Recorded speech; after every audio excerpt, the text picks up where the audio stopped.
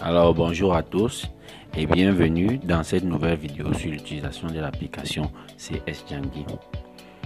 Dans cette vidéo, nous allons traiter de l'utilisation de CS Djangui pour la gestion des cotisations dans la tontine.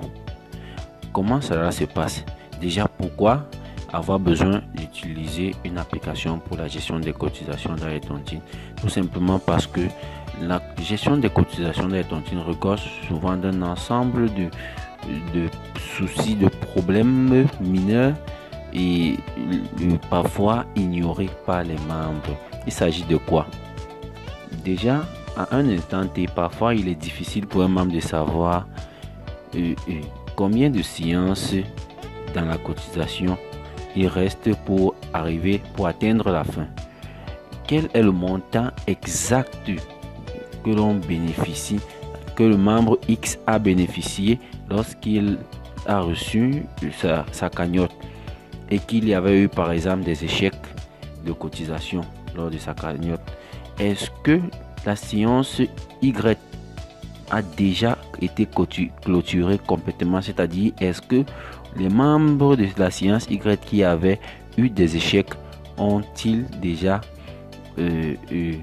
effectué leur remboursement, et si c'est le cas, ont-ils été pénalisés, ont-ils payé les sanctions pour leurs échecs?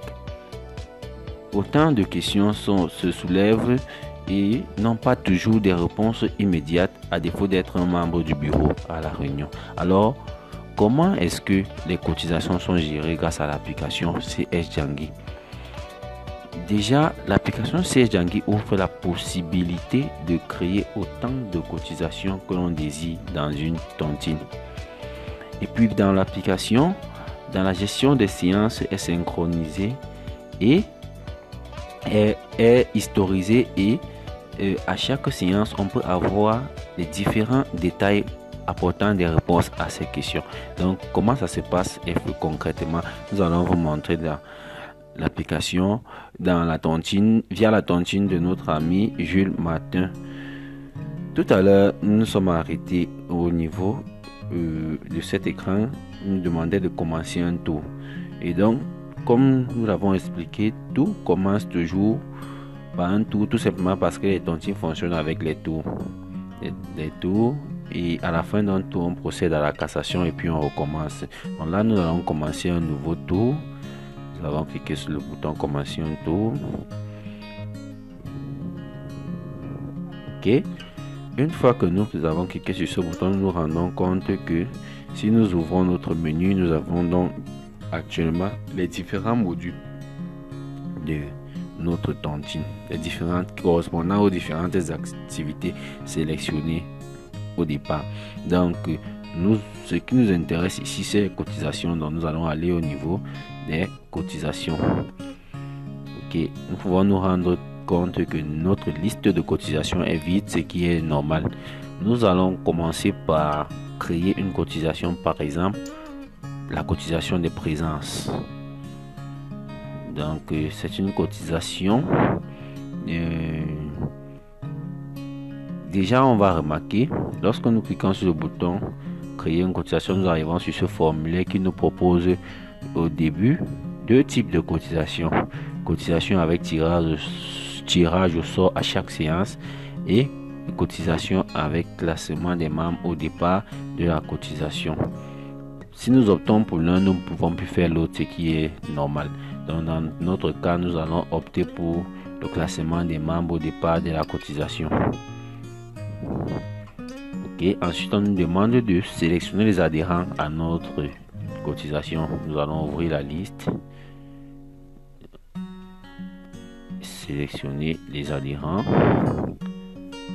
Alors pourquoi sélectionner les adhérents? Tout simplement parce que dans tous les membres de la réunion ne sont pas forcément membres de toutes les cotisations de la réunion. Ça veut dire qu'on peut avoir dans une réunion des membres qui font une cotisation de 100 000 pendant que d'autres ne font pas, ils font juste une cotisation peut-être de 10 000. Donc là, nous allons sélectionner les membres, et par exemple, nous avons Friskene par exemple qui a 2 noms. Là, il a 2 noms et là, on va lui ajouter un nom. Ok, nous avons donc sélectionné nos membres. Nous rendons compte que notre cotisation aura 8 membres, à 17 membres, et 8 membres avec Kinefris ayant 2 noms. Donc c'est 7 membres avec Kinefris 2 noms, ça fait 8 membres. La cotisation de présence, nous allons dire que, on demande l'intitulé, c'est cotisation de présence.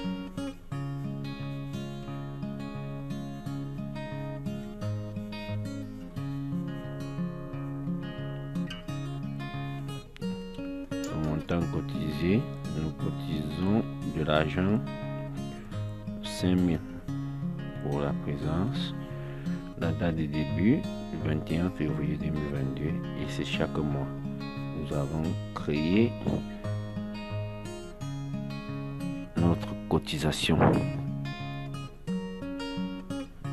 Ok, nouvelle cotisation créée avec succès. Nous sélectionnons notre cotisation.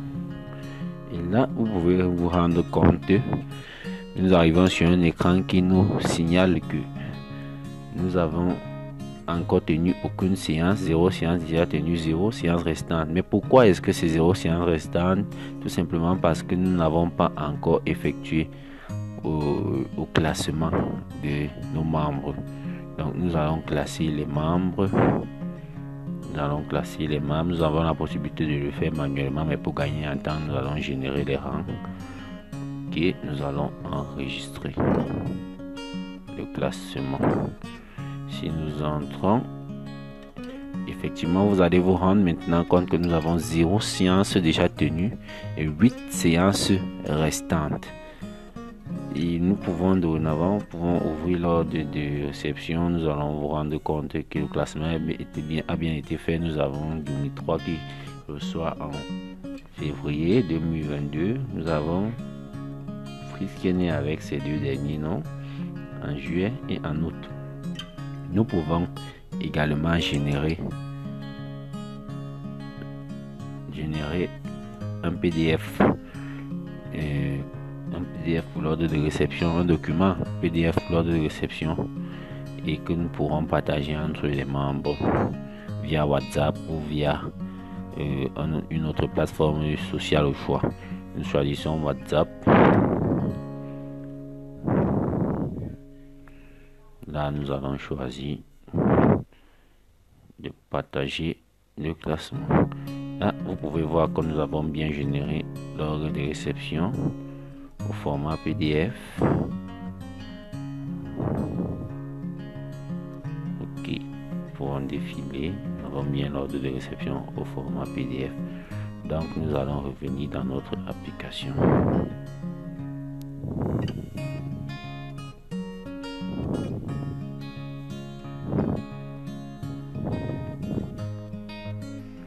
Ok, donc merci d'avoir suivi cette vidéo. Dorénavant, vous savez comment créer une cotisation sur l'application CS Djangui, classer les membres pour les cotisations de type classement au départ et ensuite générer l'ordre de réception au format PDF partageable entre tous les membres de la tontine.